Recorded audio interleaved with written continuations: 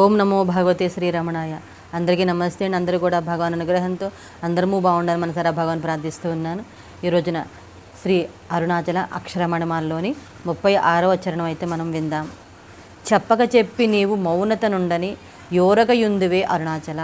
అరుణాచల పరమశివ, నువ్వు చెప్పకుండానే చెప్తూ ఉన్నావు, మాట్లాడకుండా మౌనంగా ఉంటున్నావు, నీవు నిశ్శబ్దంగా ఉంటున్నావు.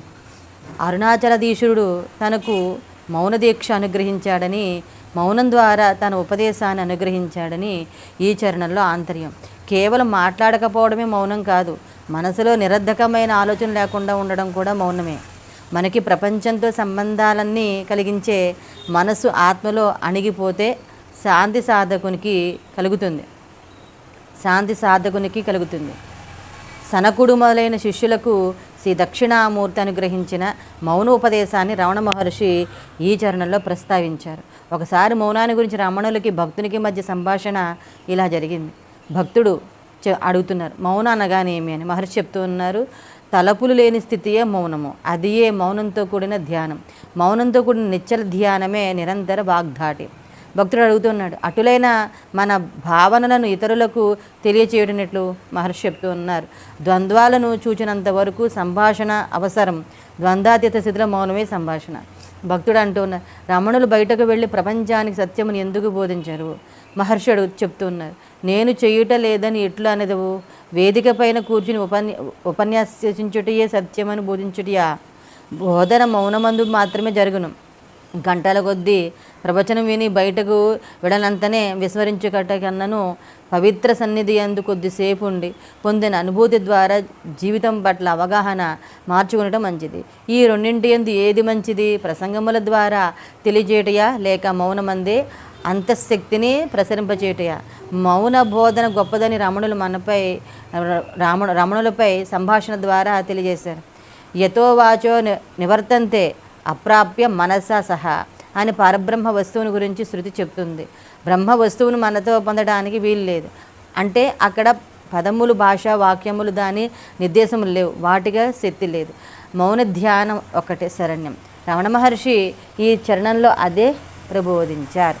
తర్వాత 37వ చరణం అయితే విందాము. సోమరినైతిని మెన్నని సుఖనిద్ర కన్న వేరేది గతి అరుణాచల. అరుణాచలేశ్వర శివ, నేను సోమరినయ్యాను. ఏవో వినోదాలతో కాలాన్ని ఖర్చు చేస్తూ సుఖంగా నిద్రపోతూ నా కాలాన్ని గడుపుతూ ఉన్నాను. నాకు అంతిమ లక్ష్యమైన ఆత్మజ్ఞానాన్ని గ్రహించడం లేదు. నాకు నువ్వు తప్పించి ఇంకొక గతి లేదు. అన్నీ దేవుడే నడిపిస్తాడు కదా, మనమేమి చేయకుండాలి? సోమరంగా ఉండవచ్చు కదా. ఈ ఈశ్వరాజ్ఞ లేనిది చేమైనా కుట్టదంటారే. అన్నీ ప్రారంధం ప్రకారం జరుగుతుందంటారు కదా.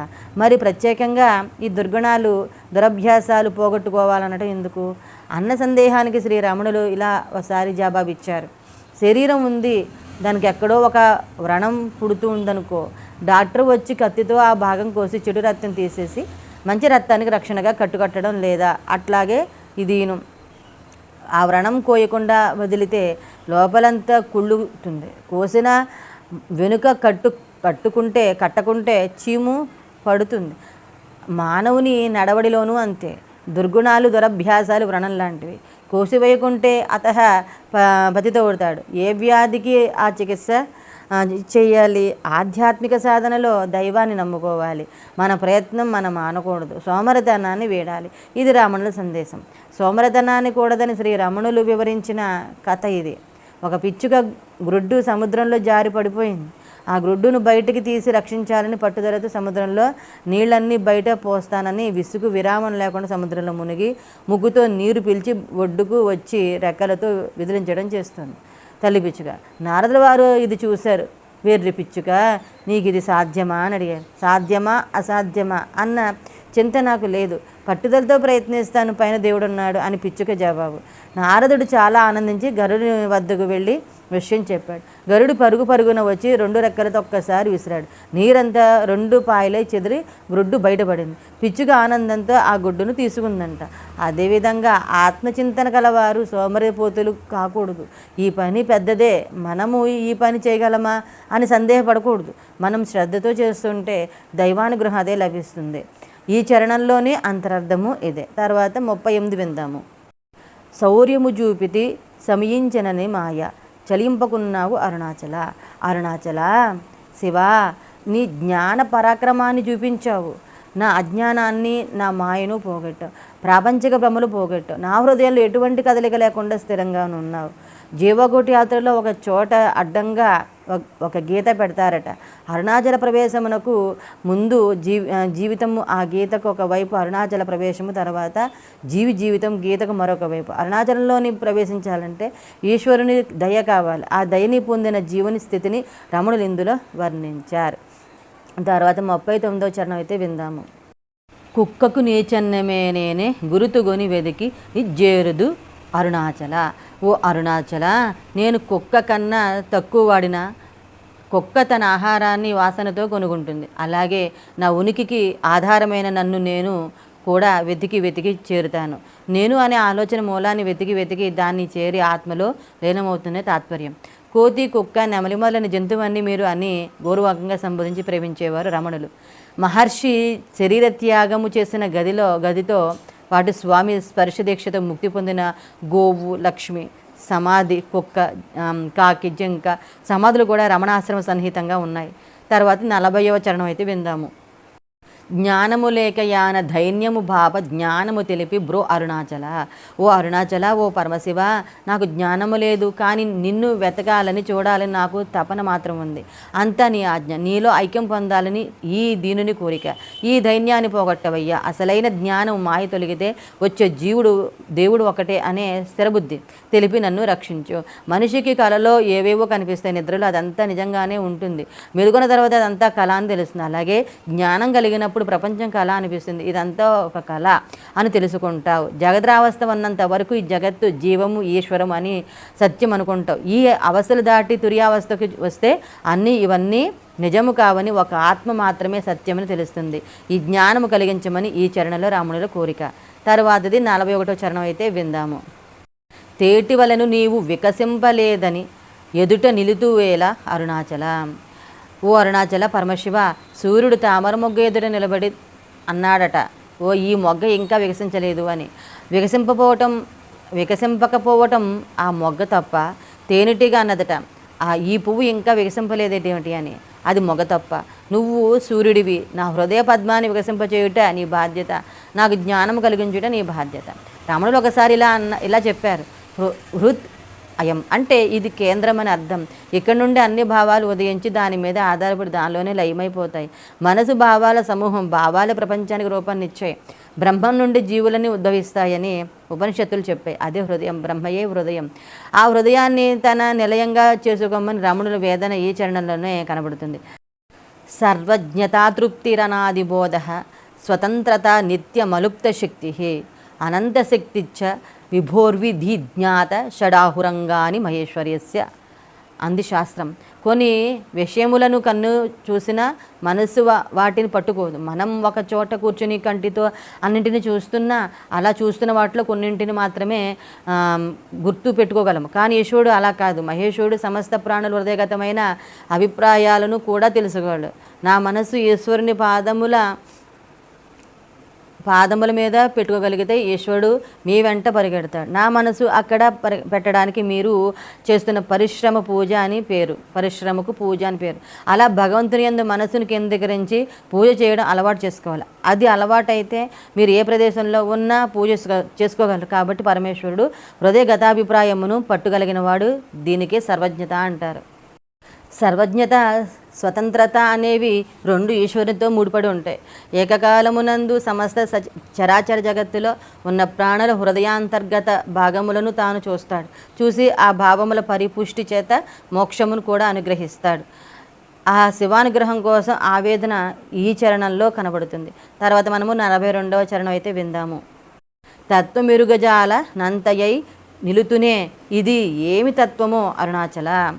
అరుణాచల, ఓ పరమశివ, నేను ఏ ఆధ్యాత్మిక గ్రంథాలను చదవలేదు, ఏ తత్వము తెలియదు, ఎవరి దగ్గర నేర్చుకోలేదు. అయినా దయవల్ల తత్వం నీవు, అదే తత్వమసి. ద్వయి తాత్పర్యం లేదు అను రెండు ఆధ్యాత్మిక సత్యాలు నాకు తెలిసాయి. ఇది ఏమి తత్వమయ్యా?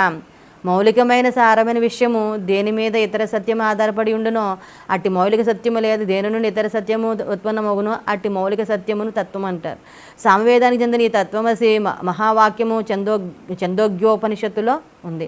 అహం బ్రహ్మాస్మి, ప్రజ్ఞానం బ్రహ్మ, అయమాత్మ బ్రహ్మం. తత్వమసి అను 4 ఒకటి ఈ తత్వమసి. అందులో తత్వమసి, అహం బ్రహ్మాస్మి ఈ రెండు చాలా ప్రధానంగా భావిస్తారు వేదాంతులు. ఎందుచేతనంటే తత్వమసి అనేది ఉపదేశ వాక్యం, అహం బ్రహ్మాస్మి అనేది అనుభవవాక్యం. కాబట్టి ఇవి రెండే వేదాంత శాస్త్రానికి అంతటికీ ప్రతినిధి రూపమైన వాక్యాలు. తత్వమసి అనే వాక్యము 3 సంపుటీకరణం. అందులో తత్వం త్వం అని అవి అని 3 పుటాలు మాటలు ఉన్నాయి. తత్ అంటే ఇది తత్వం, త్వం అంటే నీవు, అసి అంటే అవుతున్నావని అర్థం. రమణుల తత్వాన్ని గురించి చెప్పిన విషయాలు ఈ సందర్భంలో జ్ఞాపకం చేసుకోవాలి. భగవాన్ రమణులు ఎప్పుడూ నా ఆశ్రమాన్ని అనేవారు కాదు, నా ఆశ్రమాన్ని అనేవారు కాదు. నా ఆశ్రమం ఏమిటి? భక్తుల ఆశ్రమం, నేను అందులో ఉన్నాను అనేవారు. గంట కొడితే వెళ్ళి కూర్చునేవారు భోజనానికి తప్ప ఆయన వెళ్ళి భోజనం చేయడం అలాంటివి ఏమీ ఉండేవి కాదు. బ్రహ్మజ్ఞాని. ఒకసారి ఆయన తలుపులు గడివేసుకుని లోపల ఉన్నారు, అంతే వాసులు లోపల పడుకున్నారు. ఆయనకి మంచాలు కొంచెం లేవు, కట్టిక నేల చాప మీద పడుకుంటే దొంగలు వచ్చారు, లోపల ఏమైనా ఉన్నాయేమో. వాళ్ళు తలుపు కొడతారు, తలుపు కొడితే కిటికీలోంచి చూసి రమణులు అన్నారు, ఎవరు మీరు అని. మేము దొంగలము అన్నారు. రండి స్వాగతానికి తలుపు తీశారు ఆయన. అంటే చీచీచి మాకు జాబు సాటిస్ఫాక్షన్ ఉండదు, ఆ తలుపులు వేసేసి దొంగలు అని మేము తలుపులు బద్దలు కొట్టుకుని లోపలికి వస్తాం. రమణులు అన్నారు, వద్దు, ఎందుకు అలాగా, నేనేం అరవను, మీరు ఈశ్వరులు, మీకు ఏమైనా కావాలా, ఇదిగో ఇవి ఉన్నాయి మా దగ్గర, మీకు ఏమైనా కావాలంటే తీసుకోండి అన్నారు. అంటే వాళ్ళు అన్నారు, బుద్ధిహీనుడా, పిచ్చివాడా, ఏంటి అరవాలి దొంగలని, అంతేగాని తీసుకోమంటామేమిటి, తలుపేసుకో అన్నారు. అంటే పోనీ మీకేమైనా తృప్తా అన్నారు. అలాగే వేసుకుంటాను రండి అన్నారు. వాళ్ళు తలుపులు బద్దలు కొట్టేసుకుని వచ్చారు. పారిపో అన్నారు. ఎందుకు అన్నారు ఆయన? పారిపోవాలి దొంగలని చూస్తే అన్నారు. నేను అలా పారిపోను, నాకు ఈశ్వరుడు కనపడుతున్నాడు మీలో, మిమ్మల్ని చూస్తూ నిల్చుంటాను అన్నారు. బుద్ధుందా లేదా, నీవు పారిపో, అప్పుడు మేము ఎత్తుకుపోతాము అన్నారు. మాకు దొంగతనం చేసిన తృప్తి ఉంటుంది, మేము ఏదైనా పట్టుకెళ్తే మామూలుగా పట్టుకెళ్ళకూడదు, కష్టపడి దొంగతనం చేశామన్న తృప్తి మాకు ఉండాలి, అందుకని పారిపో అన్నారు. అంటే మీ తృప్తికి వెళ్ళిపోవాలంటే వెళ్ళిపోతా అన్నారు రమణులు. అలా పారిపోవాలని నేను చేయను అని ఆయన వెళ్ళిపోయారు. పారిపోతున్న వాళ్ళని కొట్టి తీసుకుపోతే మాకు సంతోషం కలదు, అందుకని ఓ దుడ్డుకర్ర తీసి నడుస్తున్నటువంటి రమణుల యొక్క కాళ్ళ మీద కొట్టారు. కొడితే కొంతంత బొబ్బలు వచ్చాయి. రమణుల కాళ్ళ మీద ఆయన నవ్వుతూ ఆ దెబ్బలు తింటూ వెళ్ళి కూర్చున్నారు అరుగు మీద.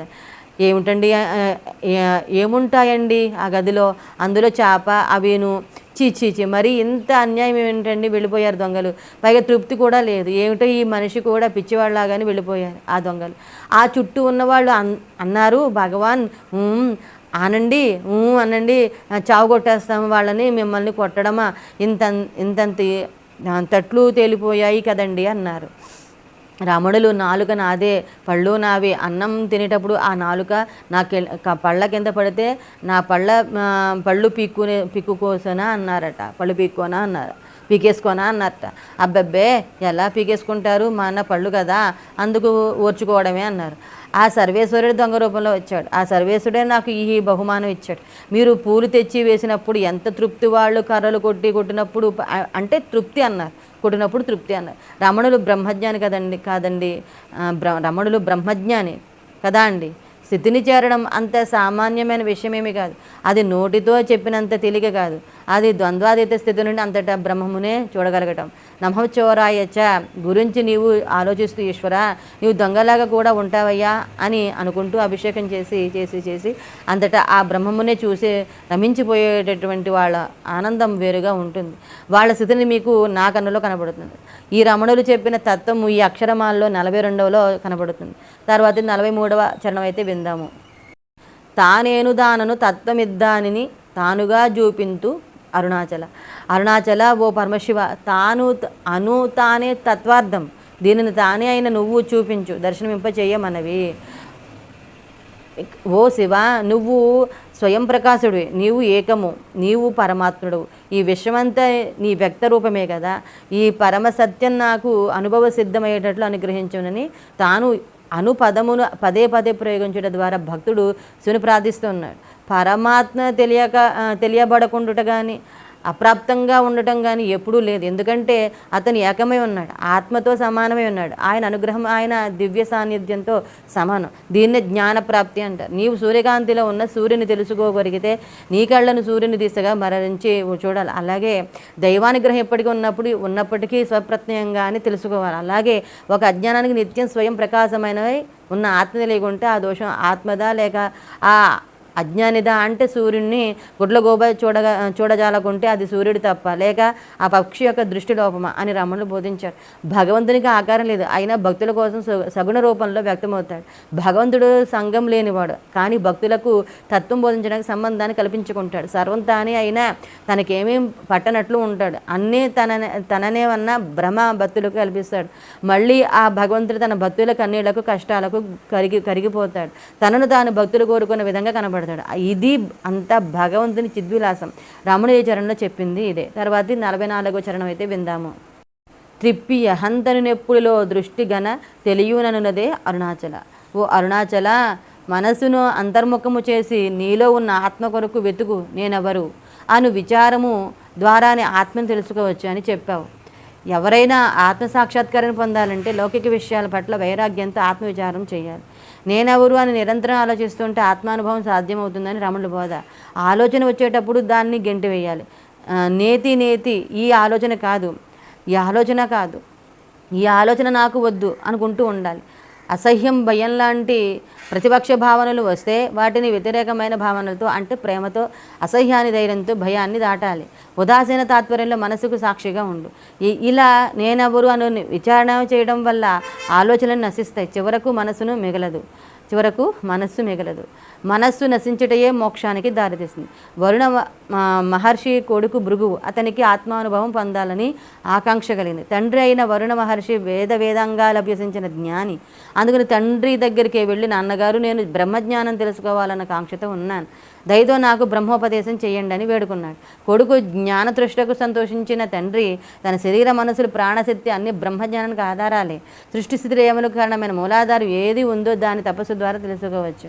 అందువల్ల తపస్సు చెయ్యి అన్నాడు. భృగు నియమనిష్టలతో తదేక దృష్టితో తపస్సు చేశాడు. మొదట అతను తపస్సు ద్వారా గ్రహించింది అన్నమే అన్నింటికీ ఆధారమని. అందుకనే అన్నం పరబ్రహ్మం అన్నాడు. తన అనుభవాన్ని తండ్రికి వివరించాడు.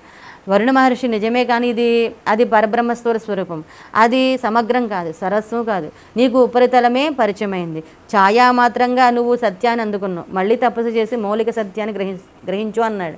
భృగువు పట్టుదలతో మళ్ళీ తపస్సు చేశాడు. అప్పుడు అతనికి అన్నింటికీ మూలమైంది ప్రాణమని గ్రహించాడు. ప్రాణశక్తి లేకుంటే సమస్త శక్తి నిర్వీర్యం అవుతుంది, ప్రాణుల చలనం లీనమవుతాయి. కాబట్టి సమస్త సృష్టికి ప్రాణమే ఆధారమని నిర్ణయించుకుని తన గ్రహించిన సత్యాన్ని తండ్రికి విన్నవించాడు. వరుణ మహర్షి కొడుకు చెప్పింది విన్నాడు. ఏమి మాట్లాడకుండా బలి ఇవ్వకుండా నువ్వు ఇంకా అసలు సత్యాన్ని సమీపించలేదు, ఏకాగ్రతగా మళ్ళీ ధ్యానం చెయ్యి, ఆ తపశక్తి వల్ల నీకు అంతిమ సత్యం అంది వస్తుంది అన్నాడు. తండ్రి ఆజ్ఞానుసారం భృగు మళ్ళీ తపస్సులో మునిగిపోయాడు. ఈసారి మనస్సే బ్రహ్మ అని తెలుసుకున్నాడు. అన్ని భావాలకు మనస్సే కేంద్రం, అన్నీ దాంట్లోనే ఉద్భవిస్తాయి. కాబట్టి సృష్టికి ఆధారం మనస్సే అని నిశ్చయించుకున్నాడు. తన అనుభవాన్ని తండ్రికి వివరించాడు. వరుణ మహర్షి నీలో సత్యాన్వేషణ ఉంది, కానీ అది ఇంకా సమగ్రం కాలేదు, పరిపూర్ణం కాలేదు. కాబట్టి నీ తపస్సును కొనసాగించు అన్నారు. సహనంతో భృగు మళ్ళీ తపోముగ్ధుడయ్యాడు. సత్యాన్వేషక సహనమే ఆయుధం. ప్రశాంత చిత్తంతో ధ్యానమగ్నుడే వాళ్లకు పరమాత్మ దర్శనం అవుతుంది. దానికి కాల నియమం లేదు. మళ్ళీ తపస్సు చేసినప్పుడు భృగువుకు విజ్ఞానమే బ్రహ్మ అని అనిపించింది. తన భావాన్ని తండ్రికి నివేదించాడు. వరుణ మహర్షి నువ్వు దారి తప్పలేదు, కానీ దారిలో తటస్థమైనవన్నీ దారికి ఆధారాలుగా భావిస్తూ ఉన్నావు. నీ ప్రయాణాన్ని కొనసాగించు అన్నాడు. భృగు మళ్ళీ తపస్సులో మునిగాడు. నిర్మల ప్రయత్నాన్ని నిర్విఘ్నంగా కొనసాగించాడు. ఆ తపస్సు ఫలితంగా అతను ఆనందమే బ్రహ్మ అని గుర్తించాడు. ఆనందమే అనంత సృష్టి సారమని గ్రహించాడు. ఈ అనంత విశ్వం ఆనందంతో సాగుతుందని తెలుసుకున్నాడు. ఆనందంతోనే ప్రతిదీ పుట్టి, ఆనందంలో ప్రతిదీ జీవించి, ఆనందంలోనే ప్రతిదీ లయమవుతుందని గ్రహించాడు. తన పూర్వం అనుభవాన్ని తండ్రికి వివరించాడు. తండ్రి కొడుకు మాటలు విని బ్రహ్మానంద పరవశయ్యాడు. సుదీర్ఘ ప్రయత్నంలో తన కొడుకు సత్యాన్ని గ్రహించినందుకు ఆనందించాడు. పరమాత్మ తత్వాన్ని అన్నింటికన్నా గొప్పగా ఆవిష్కరించేది ఆనందం. అన్నం, ప్రాణం, మనసు, విజ్ఞానం ఇవన్నీ బ్రహ్మస్వరూపమైనవే. ఇవి ఒకదానికంటే ఒకటి సూక్ష్మమైనవి. వీటన్నిటికన్నా అత్యుత్తమైనది ఆనందం. కానీ ఇక్కడ దేన్ని తక్కువ చేయకూడదు. బ్రహ్మను అందుకోవడానికి ఇవి సోపానాలు. అన్నాన్ని, ప్రాణాన్ని, మనసును పరస్పరాధారాలుగా భావించాలి. వాటి గుండా విజ్ఞానుభవం అవుతుంది. అవన్నీ కలిసి ఆనందంగా పర్యవసిస్తాయి అన్నాడు. మన పురాణాల్లో చెప్పిన పై విషయాలు రమణ మహర్షి ఈ చరణంలో చెప్పిన నేను అన్వేషణలో వచ్చినవి. స్వస్తి అనమాట. తర్వాత 45వ చరణం గురించి అయితే మనం విందాం. తీరముండని మీద వెదికియు నిన్నునే తిరిగి బొందితి బ్రోవు అరుణాచల. ఓ అరుణాచల, తీరము లేని హృదయము నాది, అందులో నీకోసం వెతికాను, నిన్ను పొందలేక తిరిగి వచ్చాను, నన్ను దయచూడు.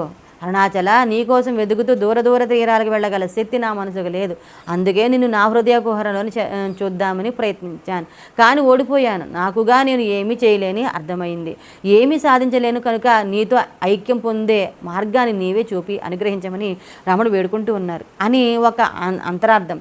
అరుణాచల, నువ్వు అంతటా వ్యాపించిన వాడివి, నీకు తీరమంటూ ఏమీ లేదు, అందువలన నీకోసం అంతటా వెతికాను, నీ దర్శనం కాలేదు, కానీ నా హృదయంలో నిన్ను వెతికాను, అక్కడ నీ దర్శనం దొరికింది, నీవు నా హృదయంలోనే ఉన్నావని నేను గ్రహించాను అని రమణులు వ్రాసిన పై చరణంలో ఇంకొక అంతరార్థం ఏంటంటే, మనసు విజృంభించు చోటు శిరస్సు అయినను అది పుట్టు చోటు హృదయమే అవుతుంది. అనగా ఆత్మ తేజము నుండి ఒక రశ్మి బయలు వెడలి శీర్షాస్థానం చేరి మనసు ఆగుచున్నది. అది స్వస్థత చెందుట అనగా తన ఉత్పత్తి స్థానం తిరిగి చేరిన స్థానమే ఆత్మ, అదే హృదయం. మనసు యొక్క స్వరూపమును వెదికిన ఎడల మనసు అన్నది ఏ లేదని తెలియను.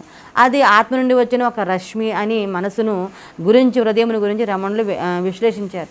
భగవంతుడు హృదయంలోనే ఉన్నాడని అది అందరూ గ్రహించాలని ఈ చరణంలోని సారాంశం. తర్వాత 46వ చరణం అయితే మనం విందాం. సత్యజ్ఞానము లేని ఈ జన్మఫలమేమి ఎప్పగా రావేల అరుణాచల. ఓ అరుణాచల, పనికి మాలిన వ్యాపకాలతో కాలం గడిపేస్తే జన్మ వృధా అవుతుంది కదా. ఆత్మని అనుభవ సిద్ధం చేసుకోలేని సత్యపు టెరుగలేని ఈ జన్మ వృధా, అటువంటి జన్మను దేనితో పోల్చడానికి పనికిరాదు. అందువల్ల ఆత్మవిచారణ మార్గం ద్వారా ఆత్మని అనుభవం సిద్ధం చేసుకునే అర్హతను నాకు అనుగ్రహించు. ఒకసారి భగవాన్ రమణ మహర్షి భక్తుల్లో ఒక భక్తుడి కొరకు అకస్మాత్తుగా మరణించాడు. ఆ బాధను తీర్చగల సమర్థుడు రమణులే అని భావించి ఆయన వద్దకు ఒక భక్తుడు వచ్చారు. రమణులు ఎప్పటిలాగా ఆత్మ గురించి విచారణ చేయమని, అసలు బాధపడుతున్నది ఎవరో తెలుసుకోమని సమాధానం చెప్పారు. ఆ సమాధానంతోనే ఆ భక్తుడు తృప్తి చెందలేకపోతే దానికి సంబంధించిన ఒక కథను రమణులు ఇలా చెప్పారు. రామ, కృష్ణ అని ఇద్దరు యువకులు విదేశాలకు వెళ్ళి అక్కడ బాగా చదువుకొని డబ్బులు సంపాదిస్తామని వారి తల్లిదండ్రులకు నచ్చజెప్పి విదేశాలకు వెళ్ళారు. కొంతకాలానికి వారిద్దరిలో ఒకడు మరణించగా ఒకడు బాగా చదువుకొని మంచి జీవనం గడుపుతున్నారు. విదేశాల్లో ఉండే వ్యాపారి తన స్వదేశానికి వెళ్తున్నాడని తెలుసుకుని తాను ఇక్కడ మంచి జీవనం గడుపుతున్నానని తన తల్లిదండ్రులకు చెప్పమని, కృష్ణ అనే మిత్రుడు మరణించాడని అతని తల్లిదండ్రులకు చెప్పమని రామ ప్రార్థిస్తాడు. అయితే పొరపాటుగా బ్రతుకుతున్న రామ తల్లిదండ్రులకు తమ బిడ్డ మరణించాడని, చచ్చిపోయిన కృష్ణ తల్లిదండ్రులకు తమ పిల్లవాడు ఉన్నతమైన జీవనం గడుపుతున్నాడని ఆ వ్యాపారి తప్పుడు సమాచారం చేరవేస్తాడు. జీవించి ఉన్న రామను తలుచుకొని అతని అమ్మా నాన్నలు తమ బిడ్డ మరణించాలని తీవ్రంగా బాధపడుతూ ఉన్నారు. మరణించిన కృష్ణ తల్లిదండ్రులు తమ పిల్లవాడు ఎప్పటికైనా తిరిగి వస్తారని సంతోషంగా కాలం గడుపుతున్నారు. నిజానికి ఈ తల్లిదండ్రులు ఇద్దరూ తమ పిల్లలను చూడనే లేదు, కానీ ఒకరు సంతోషపడుతున్నారు, ఒకరు ఆవేదన చెందుతున్నారు. మనం కూడా అంతే. మన మనసుని చెప్పినవన్నీ నమ్మేస్తాం. అందుకే ఏది లేదు అదే ఉన్నదని, యథార్థానికి ఏది ఉన్నదో అదే లేదని భావిస్తాం. మనం మనసును మాట వినకుండా హృదయంలోనికి ప్రవేశించి అక్కడ ఉన్న పుత్రుని చూసుకుంటే ఇక బయట ప్రత్యేకంగా పిల్లల్ని చూసుకొని ఆనందించవలసిన అవసరం లేదు అన్నారు రమణ మహర్షి. తర్వాత 47వ చరణం అయితే మనం విందాము. శుద్ధ వాంగ్మన యుతులం దోచు నీ నిజహంత గల్పి నన్ను బ్రోవు అరుణాచలం. ఓ అరుణాచల, పరమశివ, నిర్మలమైన మనస్సు మాట కలిగిన వారే నీలో కలవగలరు, నీ నిజస్వరూపాన్ని అనుభవించగలరు. అటువంటి ధన్యజీవులు నన్ను కూడా ఒకరిని చేయవయ్యా. మానవులైన మనం ఎలా బ్రతకాలో నిన్ను అన్ని పదాలకు చివరత్త వచ్చినట్లుగా పెద్దలు తమాషాగా చెప్తారు. ఆలోచనలో పరిపక్వత, మనసులో సంతుష్టత, బుద్ధిలో పరిపక్వత, సంస్కారంలో శ్రేష్టత, దృష్టిలో ప్రవృత్తత, మాటల్లో మధురత, కర్మలలో ప్రావీణ్యత, సేవల్లో నమ్రత, వ్యవహారంలో సరళత, స్నేహంలో ఆత్మీయత, ఆహారంలో సాత్వికత, జీవితంలో సత్యత, వ్యక్తిత్వంలో రమణీయత, నిద్రలో నిశ్చింతత. రామాయణంలో వాల్మీకి భరద్వాజునితో ఇలా అంటారు. అకమర్థమమిధం తీర్థం భరద్వాజ నిశామయ రమణీయం ప్రసన్నాంబు సన్మనుష్యం మనోయథ. ఈ నీటిని చూసావు భరద్వాజ, బురద లేదు, రమణీయం ప్రసన్నంబు నీరు చూసావు, ఎంత రమణీయంగా ఉందో, ఎక్కడా మట్టి లేకుండా నిర్మలంగా చక్కగా స్వచ్ఛంగా ఉన్నాయి నీళ్లు. మంచి మనిషి యొక్క మనసు ఎలా ఉంటుందో ఈ నీళ్లు అలా ఉన్నాయి. పాపము లేని స్థితి అంటే ఏదో చేయకూడని పని చేయకుండా ఉండటము కాదు, భగవంతుని చేరుకునే ప్రయత్నం చేస్తున్నప్పుడు మీకు అడ్డుగా వచ్చేది ఏదో దానికి పాపం అని పేరు. ఈ నిర్మల మనస్తత్వాన్ని, త్రికణ శుద్ధిని అలవరుచుకోవాలని రమణులో చరణం ప్రబోధిస్తుంది, ఈ చరణంలోని ప్రబోధిస్తుంది. తర్వాత 48వ అయితే మనం విందాము. దైవమనుచు నిన్ను దరిచేరుగా నిన్ను పూర్ణాశమనర్చు తరుణాచల. ఈ ఓ అరుణాచల, నిన్ను నా దేవుని నమ్మి నీ వద్దకు చేరాను. నీ దగ్గరకు రాగానే నాలోని అహాన్ని పోగొట్టావు. నేను అనే భావాన్ని సంపూర్ణ నాశనం చేశావు. నేను నాలో కలుపుకున్నావు. ఒకరోజు భగవాన్ రమణ మహర్షి తన ఆశ్రమంలోని వంటగదికి వెళ్ళారు. అక్కడ నేల మీద బియ్యపు గింజలు పడి ఉండడం చూశారు. ఆయన వెంటనే కింద కూర్చుని వాటిని ఒక్కొక్కటిగా ఏరడం మొదలుపెట్టారు. కాసేపటికి అక్కడికి ఆయన శిష్యులు వచ్చారు. తమ గురువుగారు నేల మీద కూర్చొని బియ్యం గింజలు ఏరుతుండడం చూసి విస్తుపోయారు. ఆత్మజ్ఞానం కోసం ఇంటిని, ఇళ్ళని, ఈ తల్లిని, ఇతర బంధువుని విడిచిపెట్టి వచ్చిన రమణ మహర్షి ఇలా బియ్యపు గింజని ఏరడం ఏమిటా అని వాళ్ళు చెవులు కొరుక్కున్నారు. ఉండబట్టలేక వారు ఆయన వద్దకు వెళ్ళి, స్వామి, నేల మీద పడిపోయిన కొన్ని బియ్యపు గింజలకి ఇంత ప్రాధాన్యం ఇవ్వాలా? మన ఆశ్రమంలో బియ్యపు బాస్తాలకు ఏమాత్రం కొదలేదు కదా అని ఆయనను మెల్లిగా అడిగారు. అప్పుడు ఆయన ఏం చెప్పారో చూడండి. మీరు వీటిని విత్తి బియ్యపు గింజలా చూడడం సరికాదు, వీటి లోపల ఏమున్నాయో చూడగలగాలి. మీకెవ్వరికీ అన్నదాత శ్రమ కనిపించడం లేదా? సూర్యుడి వెలుగు కనిపించడం లేదా? హాయినిచ్చే గాలి లేదా? మృదువైన మట్టి లేదా? ఇలాంటివేమీ చూడలేకపోతున్నందువల్లే మీరు వీటిని ఉత్తి బియ్యపు గింజలాగా అనుకుంటూ ఉన్నారు. కానీ నేను చెప్పినవన్నీ వీటిలో కనిపించి ఉంటే కింద పడిపోయిన ఈ బియ్యపు గింజలు ఏరాలా అని నన్ను అడిగేవారు కాదు. ప్రతి బియ్యపు గింజకు భగవంతు కటాక్షం ఉందన్న సంగతి మర్చిపోకండి. అందుకే అంటున్నా, మీరు ఈ వాస్తవాన్ని విస్మరించకండి. ఎప్పుడైనా సరే మీ పాదాలతో వాటిని తొక్కి వృధా చేయకండి. నేల మీద పడిన బియ్యపు గింజను భద్రపరిచడం ఇష్టం లేదనుకుంటే వాటిని పక్షులకైనా వేయండి, అవి ఎంతో తృప్తిగా తింటాయి అని ఆయన మాటలు విన్న తర్వాత శిష్యులు తాను నోరెత్తితే ఒట్టు. అరుణాచలేశ్వరిని ఈ పాదములో రమణులు కోరుకున్న సర్వనాశనము ఇదే. తన భక్తులకు ఇదే నేర్పారు. నా బియ్యపు బసాలు అనే భావాన్ని నాశనం చేశారు. సర్వం భగన్మయమని నిరూపించారు. తర్వాత 49వ చరణం అయితే విందాం. వెదుకక గనిగిన చచ్చుయ్యనుగ్రహ నిధి మది తుగుల్ బ్రో అరుణాచల. అరుణాచల, నేనే ప్రయత్నం చేయకుండా, వెతకకుండా నాకు లభించిన అనుగ్రహ నిధివి నువ్వు. నా మనసులోని భ్రమను పోగొట్టి నా హృదయం నిత్యమైన శాంతిలో నింపవయ్యా. అరుణాచల అను పేరు భవబంధాల నుండి విముక్తుణ్ణి చేస్తుంది. ఈ అమూలమైన పదాన్ని ఒక అనుగ్రహ నిధిగా పోల్చారు భగవాన్ రమణులు. పంచభూత శివక్షేత్రాలు అగ్నితత్వానికి ప్రతీక అయిన అగ్నిలింగం అరుణాచలంలో ఉంది. ఒకసారి బ్రహ్మ విష్ణువుల మధ్య వివాదం వచ్చినప్పుడు ఆ వివాదం తీర్చడానికి పరమశివుడు ఈ అరుణాచల క్షేత్రంలోని మహా తేజవంతమైన అగ్నిలింగంగా తన రూపాన్ని ప్రదర్శించాడని శల పురాణం. అరుణ అంటే ఎర్రని, అచలం అంటే కొండ అని అర్థం. అరుణ అంటే పాపములు హరించినది అనే అర్థం కూడా ఉంది. అరుణాచలం కొండను అరుణగిరి, అన్నామలై కొండ, అరుణాచలం, అరుణై, సోనాగిరి, సోనాంచలం అని కూడా అని పిలుస్తారు. ఇంకా red mount, hill of the holy beacon, hill of the holy fire అని కూడా అంటారు. తమిళంలో తిరునామలై అంటారు. తిరు అనగా శ్రీ అని, అరుణామలై అనగా పెద్ద కొండ అని అర్థం. ఆ కొండే శివుడని పురాణాలు చెప్తున్నాయి. అందుకే అరుణాచలేశ్వర దేవాలయం కన్నా ఈ కొండకే ఎక్కువ ప్రాధాన్యత ఇవ్వడం కనిపిస్తుంది. గిరి ప్రదక్షిణ మొత్తం 14 కిలోమీటర్ దూరం ఉంటుంది. గిరి ప్రదక్షిణ గిరివాలం అని కూడా అంటారు. ఈ అరుణాచల కొండ ఎత్తు 2699 అడుగులు. కొండ చుట్టూ 8 లింగాలు, ఇందిరాలింగము, అగ్నిలింగము, యమలింగము, ఐరుతిలింగము, వరుణలింగం, వాయులింగం, కుబేరలింగం, ఈశాన్యలింగం, 8 లింగాలు, 8 నందులు, 350కి పైగా చెరువులు, మరి ఎన్నో మండపాలు ఉన్నాయి. ఈ అరుణాచలాన్ని ఈ పాదంలో రమణులు నిధిగా పేర్కొన్నారు. తర్వాత 50వ శ్లోకం అయితే విందాం. ధైర్యము పరుగునీడు నీ నిజాహం మరయ నే నాశనమైతి బ్రో అరుణాచల. ఓ అరుణాచల, నీ నిజస్వరూపమును తెలుసుకోగలగనని ధైర్యంతో భావించి భ్రమించి నేను విఫలైనాను. నాపై నీ దయను చూపించి కాపాడు. నిజంగా మనోనిగ్రహము సాధించగలమా అని ఒకరు రమణులను ప్రశ్నించినప్పుడు వారు ఇచ్చిన జవాబు ఇది. సముద్రము ఎప్పుడు చూడని ఒక ఆయన దాన్ని చూసి తెలుసుకోవాలని దాని దగ్గరికి వెళ్ళాడు. ఆ విశాల జలరాశి ముందు నిలిచి స్నానం చేయాలనుకున్నాడు. ఆ తీరాన్ని నిలిచి చలించి ఘోషిస్తున్నటువంటి ఆ లింగాన్ని చూసి ఈ అలలన్నీ అణిగినప్పుడు ఇంటి వెనుక చెరువులో స్నానం చేసినట్టు సముద్రంలో దిగి స్నానం చేస్తాననుకున్నాడు. సముద్రం నిరంతరం అలసట లేకుండా తరంగాలు సృష్టి మొదటి నుండి ప్రళయం వరకు ఆ విధంగా చెల్లిస్తూ ఉంటుందనే సంగతి ఇతరులు చెప్పడం వల్ల కానీ లేదా తనకు తానుగా తెలుసుకోవడం వల్ల కానీ విషయం గ్రహించవలసి ఉంది. అతడు ఆ విషయం తెలుసుకున్న తర్వాత అతడు సముద్రంలో దిగి స్నానం చేస్తాడు. అతడి చేతులు మెల్లమెల్లగా ఊపుతూ గత సూచనల ద్వారా ఆ తరంగాల్లో మునుగుతూ తన తలపై నుంచి తరంగాలను పూనిస్తాడు.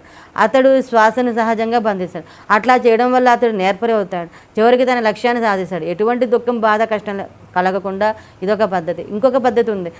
ఉప్పు బొమ్మ ఒకనాడు సముద్రం లోతు చూడడానికి అందులో కరిగిపోయింది. ఈ అద్వైత భావన స్వామి దయటోతి వస్తుంది. మొదట మన ప్రయత్నం చేయాలి, తర్వాత మనకు చేత కాకపోతే విన్నవించుకుంటే ఆయన అనుగ్రహిస్తాడు.